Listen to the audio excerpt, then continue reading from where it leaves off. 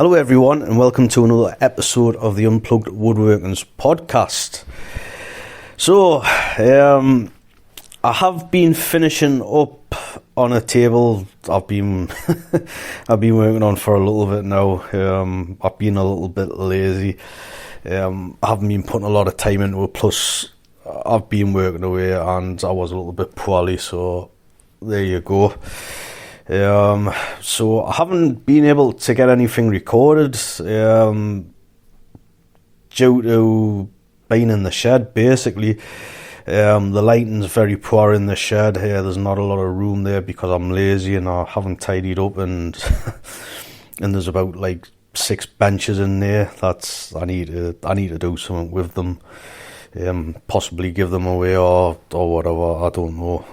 I do need to get rid of a couple of them, although I do tend to use all of them at some point, apart from my tall bench.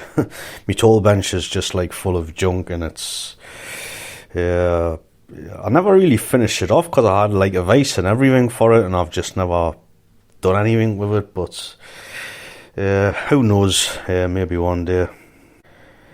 So what did I see this week that impressed me? I actually seen what would you call it? It's like an arc jig, a curving jig, if you will, just to draw like an arc basically, or a curve. I've seen a few of these like over the years. I think one of the first ones I ever saw was like a thin piece of walnut, something like that. Obviously, if it's a thin piece of wood, you're able to bend it, and it had a string tied onto one end, and then it had multiple knots in it. And basically, you would bend the walnuts, and you would put the string where the knots were. There was like a little notch in the other end of the walnuts, and you would just like basically pull it in, and the knots would obviously go onto the back side of the bow, and it would like basically resemble a bow and arrow type of thing. And you could draw your curves and your arc, whatever you want to call it. That's probably one of the first ones I've ever seen. It's probably one of the first ones I ever built as well. Although I will say they're a little bit problematic. I don't know if problematic's the right word to use, but for me, they're just like fiddly. I'm not really a fan of fiddly things. It's like anything that causes like too much hassle. I tend to shy away from things like that. But regardless, back to what I've seen. So this was pretty cool, and I've never come across it before. It was on one of those pages on Instagram, that try to sell you plans. It's kind of like some of the spam I get on me. On my YouTube channel. If you go through my YouTube channel, like on the very few comments I do get on my YouTube videos, it'll have something silly like, I can build it, I went to this website to get so many plans. It's kind of one of those pages. So I did actually have a look. I don't know who the original person was that posted it, because obviously I would have shared links to that person, but as it is, I think it's a really good idea, so I am going to share a link to this page that I'm talking about, although I'm not a big fan of pages like that, because I do believe they get credit from other people's work. But it is a good thing, so I am gonna show a link. Regardless, I'm digressing here, so back to it. So basically, it's, if you can imagine a crossbow. So you've basically got your bow section, and you've got the string across it, and as what you'll do, you actually pull the string. As you're pulling the string, it creates the arc. So you've got your centre piece. If you could imagine the letter T, it's kind of like a letter T. So in the centre piece that would come down in the letter T, it's just got a load of what it looked like there was it actually looked like it had been done on a table, so you had like a number of curves going down, at different thicknesses, different measurements. So no, I think it might have been actually quite what's the word I'm looking for here. There might have been about maybe quarter of an inch in between, like every slot, every curve, if you will. So basically, you pull the bow, or rather the string, and it starts creating the bow, and you just fit it into one of those curves. I've went on a little bit here, but when you see it, you think, wow, how easy is that? And for anyone that's tried the original bow, or the bow that I stated, like when I started talking about this at the start of it, it's like, that's just a faff, and that was just a hassle for me. Where this, I might actually build myself one, not that I have a great use of drawing curves a lot, but it's just, it was the ease of it. As I said, it's nothing really special, but it's just how easy it is to get that curve that you want. Anyway, I'm gonna leave a link to that. For anyone that does draw curves and they haven't seen this, I would actually put money on it that you will actually build one of these, just for how simple it is to be able to do the curve. Okay, so today I'm going to talk about the unseen and the unneeded. That's the title of today's podcast. I think I have most likely touched on bits and bobs of what I'm going to be going over, but it's kind of in the title, the unseen and the unneeded. It's you can like kind of use them together, the words together, or swap them round. It's like, basically, if something is going to be unseen, you shouldn't really concern yourself too much about it. And same again, if something is unneeded, why do it, sort of thing. But there is a place and a time to adopt these, and there is a place and a time to ignore these. So this is my personal experience and my personal opinion, as with all of my other podcasts. I think why I've just said that is because people get the wrong end of the stick, and try to think I'm trying to dictate to people, and trying to make out that I'm some sort of master, and I'll be the first to say I ain't any sort of master. I did actually get a bit of a rude comment. I don't know if I've touched on that last podcast, but a bit of a rude comment with a guy basically saying, I was trying to make myself out to be a master, which I'm not. Definitely not. Got plenty more to learn. So, as I said, these are all my own opinions and experiences. So, the first on the list is creating knife walls. So, when I first started using knife walls, it was kind of, I fully understand why you've got to use them. They're a really good idea, obviously, because I was getting splintering. So yeah, it was a no-brainer, I know. Excellent, good, great. So I use knife walls for absolutely everything, any sort of cutting. That did kind of change when I started using Japanese saws. Specifically the Ryobi, however you want to say it. It changed massively. So this is because the teeth are so fine. I can't remember the size of the blades. I think the blades what I use are like 240 millimeters in length. And I think like the thickness of the blades, like somewhere in the region of like, is it like 0.5 0.4 of a millimeter or 0.5 of a millimeter, something like that.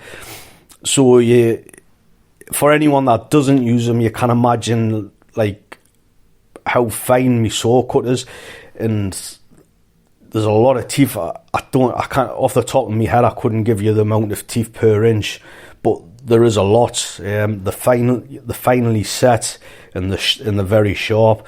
So as you can imagine, it's a very fine cut, and there's minimal, and I do mean minimal. There's minimal splintering. So when that kind of dawned on us, I was like, why am I using knife holes when I don't need to use them? So kind of now I'm not using knife holes pretty much for any sort of sawing. If I'm cutting boards to width, I'm just not using it now. If I was to use a Western saw, 110% I would use a knife hole, because the Western saws aren't nowhere near as fine. If you're getting the likes of a panel saw, anything like that, it's nowhere near as fine as a Japanese saw, and you will get splintering. So you will have to use you will have to create a knife hole, use a marking knife for that. But as I said, when I'm using the Japanese saws, which predominantly I do use, about 99.9% of the time, you just don't have to do it. Don't get us wrong, if I'm doing joinery, 110% I will do a knife hole, because the thing about knife holes is that they give you so much accuracy when cutting joints. It's a no-brainer. There is actually people out there that don't use them, which I find a little bit bizarre. You start using knife holes when you're doing joinery, and it's just going to move your joinery up like tenfold. It's crazy. It's crazy the amount of accuracy and the ease that you get from just doing a knife hole. But as I said, if you're like say a tabletop, for instance, and you're using a Ryoba saw to cut the length of it, so you're doing a cross cut, there's just really no need for you to do a knife hole. For me, there's not anyway. That I don't really see the point. The tear out's minimal, and 9 out of 10, if you are doing a tabletop, you're going to be putting some sort of profile around it, whether it be a chamfer, a round over, even if you're going to use a moulding plane and put some fancy moulding on it, the majority of the time you are going to do that. Even if you're going to leave it square, it's so minimal. You could even sand it out. It's like I said, it's really, really minimal. So that's kind of one thing I have adopted a lot in the last 2 years. So another thing, kind of going into the unseen aspect of things, is like furniture.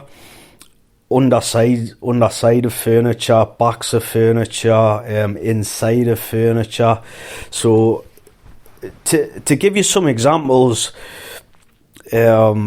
chairs. The last chair I made was a Welsh stick chair, kind of a Welsh stick. It had the characteristics of a couple of chairs in it, but it's probably more predominantly, you could classify it more predominantly as a Welsh stick chair.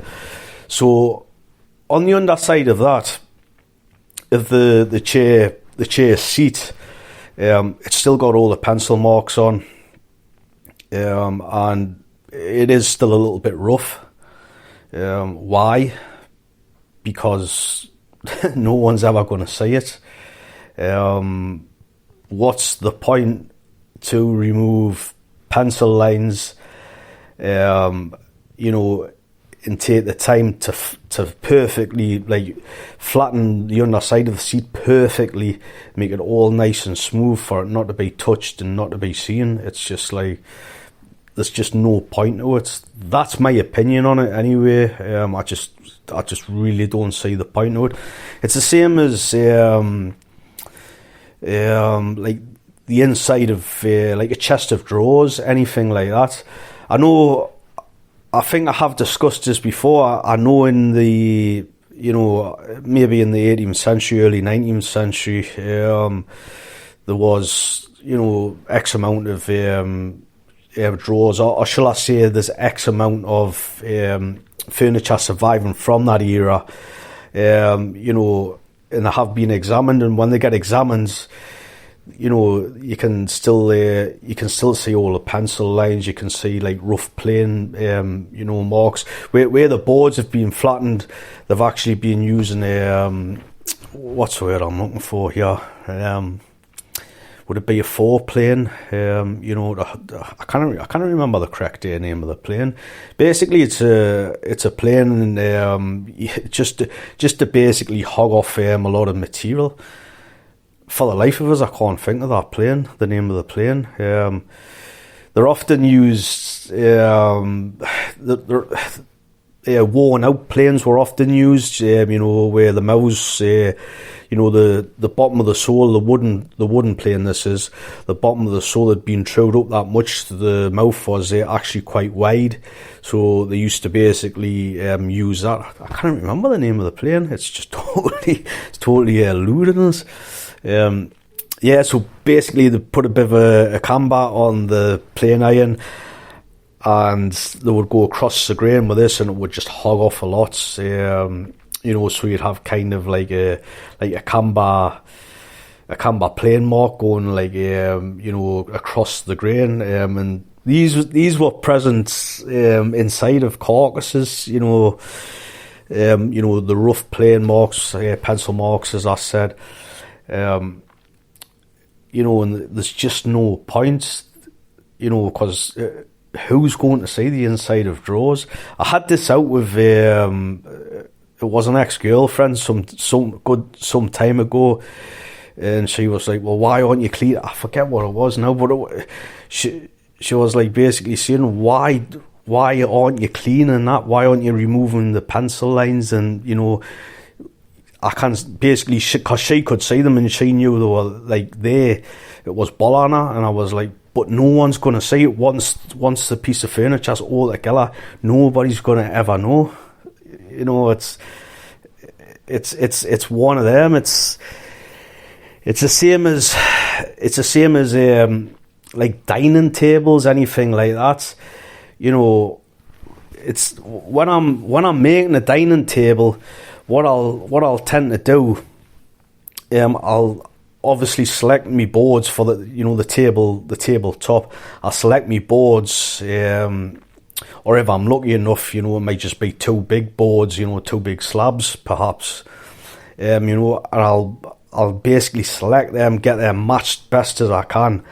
If there's any sort of defects, or if there's any sort of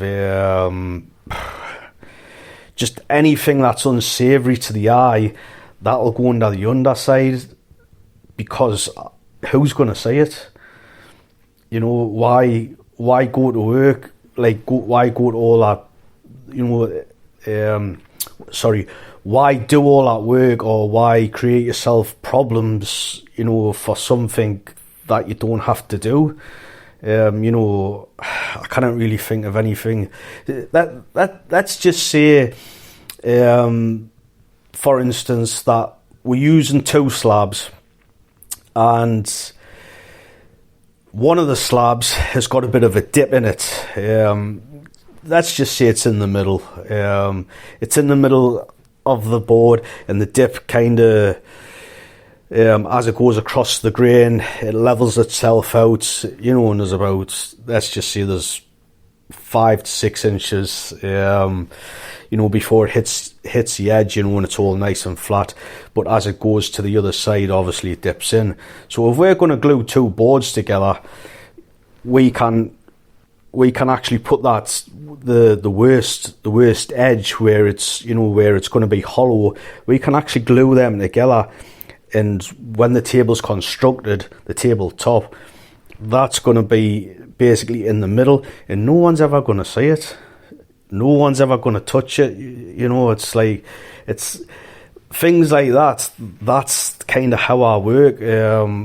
I just, how much work would that be to actually have to, bring that out for some reason if I wanted to have that edge. I mean, I'm not saying I would never ever want that edge. I mean, if there was some sort of amazing grain, and I had to have that amazing grain, that's fair enough. But, I don't know if it would be that amazing for us to actually flatten the whole table, if you had to go down however much, whereas if it was all nicely, quite well sewn. And sometimes you do get that, sometimes you will get it and it's quite well sewn, it's quite, it's quite straight, it's been dried out, it's went into the kiln and it, it hasn't moved too much, or it's been air dry and it's, it's quite stable. So you do get that occasionally. So my point being, why would you want to create all that work just for that when it's going to be underneath the table? You ain't going to see it. Same with pencil marks as well. Pencil marks underneath the table, I'm just not concerned about it. That's just me. There might be a lot of people that might say it's unprofessional or it's lazy, but same again, it's like you ain't going to see it. As long as the table's functional and it looks beautiful and stylish, what you can see, again, looking underneath it's like, who's going to be looking underneath it? You just don't do it, do you? You don't. Well, actually, I do because I'm a sado. But if if you walk into someone's house, you don't typically tend to start looking under, tables and pieces of furniture unless you're called David and you're me, basically. But yeah, that's kind of my take on that. So next up is end grain planing, specifically with dovetails. So when I first started cutting dovetails, or rather when I first started cutting dovetails and I was starting to get good results, what I would do would be to I would cut me board to length. For this same example, I'm going to say maybe 500 millimeters in width. Let's just say it's one of the blanket chests, one of the many blanket chests I've made. And as what I would do, I would cut it to length, cross cut it to length, and then I would true up the edges with a plane. I would mark my dovetails out, cut my dovetails, then assemble it, let the glue dry and everything, and always I would have to take a plane across the end grain where the tails were and where the pins were, to flush it down. There's just no escaping it. I don't think I've ever done a dovetail where I haven't had to use a plane. It's just one of those things. So the point being is that I've done this so many times, and then I thought to myself, why am I actually doing this? Why am I actually planing it? It's great to actually plane it again, because obviously it does take you a bit of time to get the end grain straight. Obviously you're using a square in both dimensions across the grain and obviously on the face of the plane. The face plane to get everything nice and square.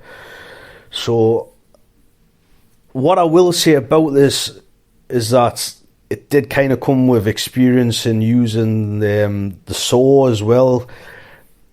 Over time, me saw lines have gotten straighter. I don't mean straight as in, across the grain. I mean straight as in the thickness of the wood, if that makes sense. So it's never been an issue for us to cut a straight line, going from point A to point B. It was more of an issue for me to go from point A to point B, but keeping the saw at 90 degrees. It would always go slightly off to, I've never really measured it, but I'm guessing maybe 85 degrees, maybe 87 degrees, something like that. You get what I'm getting at. So I do feel that with using the Roman workbench in the position that I use it in, and also with using the Ryobi saw pretty much all the time to do me cross-cutting, I'm able to get a lot closer to 90 degrees. There's a lot of the time where I'm actually getting 90 degrees. So, obviously this just didn't happen overnight. Obviously, I think it probably don't. I'm guessing this. It probably dawned on us, when I started getting quite proficient at, cutting the boards and keeping the saw at 90 degrees. I think that's probably when it's, kind of dawned on us. So it did kind of make sense for us, not to plane them and then to plane them again. Just it kind of seemed counterproductive. So what I try to do now, especially if I'm doing something like this, I'll actually take a little bit of extra time with the sawing. I'll slow my sawing down, and I will actually really concentrate on getting that 90 degrees. It does take a little bit more time because obviously I don't just whip through the board. It'll take a little bit more time, but it's often worth it, because if I can get quite a, it doesn't even have to be 100% 90 degrees, but I do need it pretty close. And why I say I do need it pretty close, or bang on near enough, is because if I choose to use the me marking gauge, so as you can imagine, if it's at 85 degrees, it could be a little bit problematic when I'm using the marking gauge. I'm not going to get it like a true square knife hole across the board. Is what I have done in the past as well. I have actually used a square and a ruler. Used a square, squared up the ruler, got it to where I needed it to be, to draw the shoulder line, for the dovetails, for the pin portions or whatever. Both pin portions and the tail portions, depending on which board you're using. So doing that, kind of taking me time, as I was saying before, taking me time with the sawing, does save you a lot of time. And if anyone that's listened to us for a while, they'll know that I'm big on trying to save myself work and time. Although I don't get us wrong, I do love woodworking, but sometimes it just seems a bit silly to be doing multiple tasks when you don't need to be doing them. Your time could be better spent doing something else. So while we're on the subject of double planing, to give you an example, double planing, this is kind of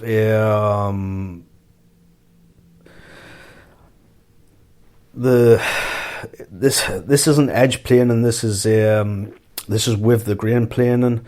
So to give you an example, I'm currently making a tape cassette table. I don't know how many of these things I've made.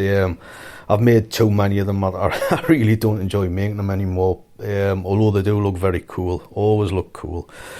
So one of the things that I've just, I think it's pretty much this one. I think, some things just kind of dawn on you, and it's like, why am I doing this? It's actually two things that really stuck out to us. So the first one, which was definitely this table, was that I was rough sawing some timber, some strips of timber. So basically the construction of these tables, they kind of get sandwiched together. So you've got a top shell and a bottom shell, and then you actually use strips to go around all the edges. So it is a little bit hollow inside. You've got like a 21 millimeter cavity, like, you know, all the way around inside. And obviously you just need those strips here and there to support it and, you know, sandwich everything together and get everything fixed. So what I used to do, I used to plane all these beautiful and straight, and every single one of them, you know, beautiful, straight, square. Fix them into position, let the glue dry, and then you obviously, well, I obviously put the top on. So the strips are applied to the bottom section of the shell first, and then the top shell is you know, fitted and glued and fixed into place. So what I would have to do, is what I'm going to have to do, and this is with every single table, the cassette table I've made, is when you do it, you'll never ever, or at least I don't, I never ever get them 100% lined up. So what I've got to end up doing, I've got to end up planing again, you know, to make everything, you know, nice and square. There's no steps in it or anything. So this is like all the way around. This is like the back side, the two end grain section sides, and a little portion of either side of the top. So it was kind of this table, and I thought to myself, why am I squaring these up for? Why don't I just put them on as they are and just call it, like, you know, call it as is? Because I'm going to have to come back and plane them again. There's just no point in me planing these to have to plane them again. You know, there was actually a couple of marks where I was able to line things up, line them up, get them clamped into place. Once I was happy with the line up, you know, like, that was it. You clamp the rest of it down.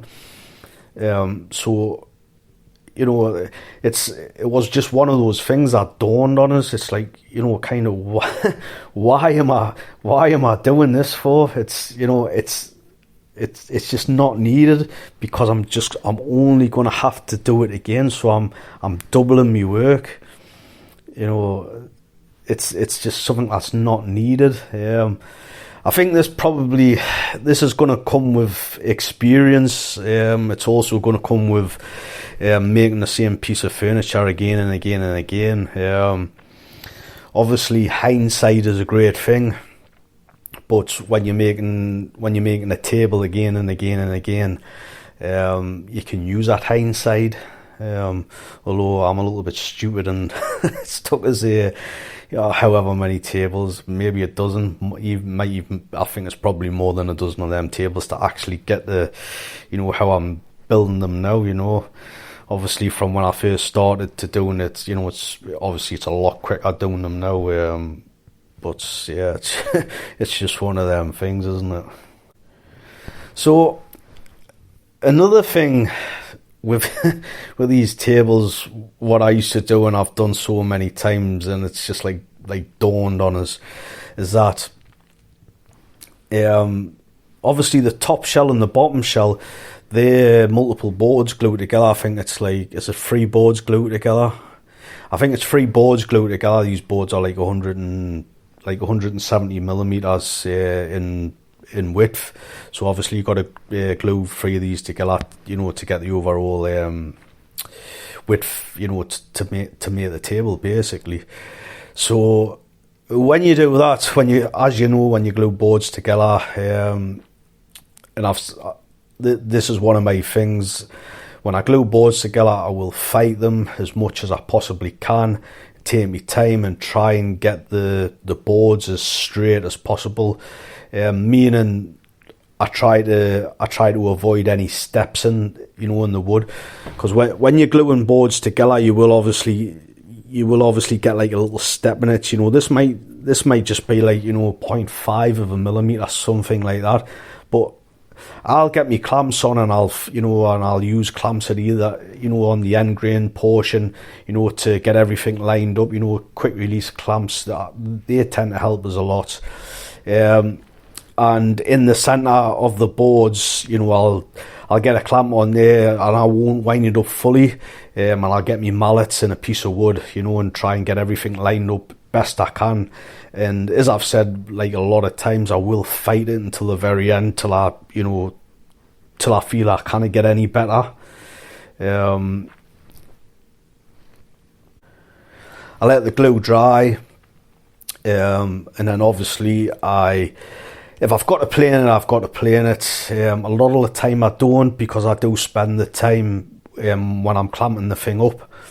So a lot of the time I can actually just get away with using a card scraper. If there's any steps, that do normally tend to be very, very minimal. Obviously, if it's more than that, I've got to use a plane. I've got to use a plane. It is what it is. So, as I said, I can normally get away with the card scraper or the cabinet scraper. So obviously it makes sense that I have to do at least one side of the bottom and one side of the top. But as what I've done since I started making them, and God knows why, is that I have actually removed all of the step and the glue line, the glue, if there's any glue squeeze out, there's always a little bit of glue squeeze out on the inside. So if you can remember what I said, these tables are actually sandwiched together, and nobody is ever going to see the inside of these tables unless they basically cut the thing in half or they smash it apart. Because once these tables are glued, that's it. They ain't coming apart unless you destroy the thing. So with the squeeze out of glue or with any little steps, basically is all I've got to concern myself about is the two end grain sections. So that's like two lines, and I've only got to concern myself with basically getting the strip that'll go down each side. That aids us to get the thickness and to basically sandwich the thing together. So, as I said, every one I've ever done, I've always removed the steps and the glue lines on both sides. So that's like 4 sides in total. And it's same again, like dawned on us, and it's like, why am I doing this? What's the point in me removing this glue squeeze out, or the very, very minimal steps? It's like, why am I doing this? I'm just creating work for myself. I'm slowing myself down.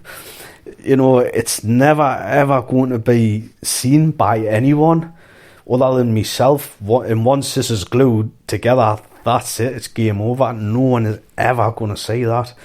It's like, sometimes when you feel like, slapping yourself about the head, and you think, how stupid am I? But same again, I think it does kind of come with experience, and, I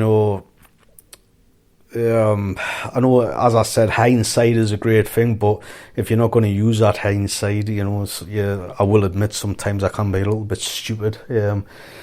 But the main thing is I've got that in my brain now, and it's in my brain, and it ain't going to go away, which is a good thing. So should I build another one of these tables, it's going to be in my brain not to do that. So it kind of is going to, save us time. And, obviously I'm going to be cutting my workload down, which is awesome. So another one that I don't do now is squaring up edges, like how to put this, like squaring up an edge, like 100%. So let's just say I am making a table, a little coffee table or anything where an edge is, it's revealed. And I think, same again, I think this is going to come with experience, with using the tools. So when I'm edge planing, I've got to the point now where I can use my plane and I can eye down the edge and say, yeah, that looks pretty close. And I'll use a square and it will be pretty close. Sometimes it'll be bang on square, and sometimes, it'll not need and it won't require a lot of work, to get it like to 90 degrees. So with that, a lot of things where there's an edge revealed, especially if it's only like 21mm thickness, obviously the thicker you go, the more questionable this becomes. But for this example, and the fact that I do use like a lot of material at 21mm in thickness, a lot of the time with things like that, I'll gaze down the edge, and if it looks square to us, I'll leave it as is. I won't go backwards and forwards with me square. I won't stop, take me square, put it back down, square it, plane it a little bit more, bring it back up, slide me square up and down it again, and then take a little bit more off it. I'll literally pick the thing up, look at it, think, right, I need some off this side, kind of gauge it as I'm going, because you kind of can feel if you're going out the square, or at least I can. If you're working on a level surface, like for instance today was a very good example. I was in my shed, and obviously the shed floors, it's quite level. So it's actually a little bit better than the garden, because the garden does tend to be, obviously, it's all over the place. A garden, it's a garden, it's grass and mud. So I'm actually on a straight level floor, and I was planing today. I was using my number 5, planing, and I was just trying to get out to a certain depth, as I had like a little bit of woodworm, or rather there had been woodworm there. It's long gone and dead. It's some elm I've had lying about my shed for a number of years now. So I'm just basically planing that down just to get the woodworm out of the way. And I could tell, I talk to myself all the time, So I'm planing away, and I said to myself, I'm out of square. I could feel I was out of square. Again, this comes with experience, and I think when you kind of, when you've done it for so many years, anyone that's done it for so many years will kind of get where I'm going with this. They'll be able to feel it and whatever else, and I started correcting it. I didn't even bother picking the board up to look. I just started correcting it. And then obviously I picked it up, I looked at it, and I says, yeah, that looks good. So that's kind of, I will use that a lot, with the likes of tables and whatever else, or like, some shelving units, whatever, anything like that.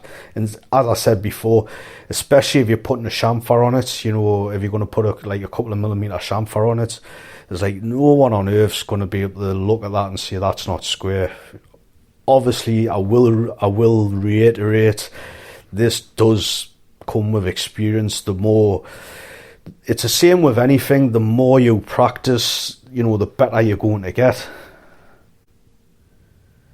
So I think I did actually have a couple of more things on me paper here, but I think I'm going to leave it, because I am actually running out of time. I've got literally seconds left, about 30 seconds. So That's me. Again, thanks very much for listening, guys. Any suggestions of what you want us to talk about, don't hesitate to leave a comment on Instagram or wherever.